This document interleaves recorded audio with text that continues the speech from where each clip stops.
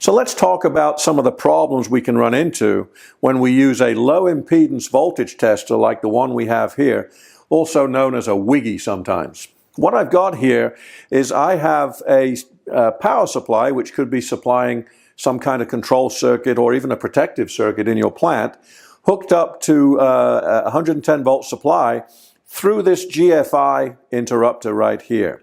What we're going to do is we're going to simulate, hey, we need to check the voltage supply of this, and we're going to first of all use a wiggy to do that. Jack, let's explain some of the issues for me.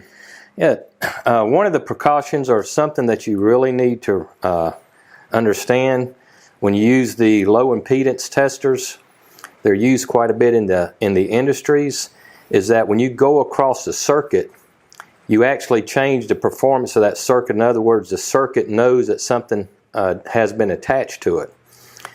And I'd like to demonstrate that.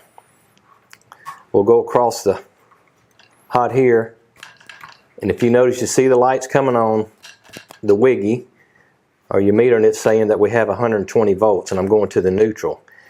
Well, what happens if you hit the ground now? When I touch the ground, if you notice, the light went out.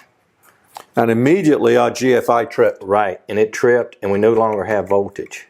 And the thing to remember on this type of meter is basically you can give it a path to ground. The voltage, a path to ground, or your current. So if you're hooked up to any type of GFI of any kind, you can trip the circuit. Also, if you have a switch in the field, you have an open circuit, an open switch in the field going to an input, and you get on the hot side of the contact of the switch. If you touch that input point, it's just like putting a jumper across that switch, and you can pick that input up.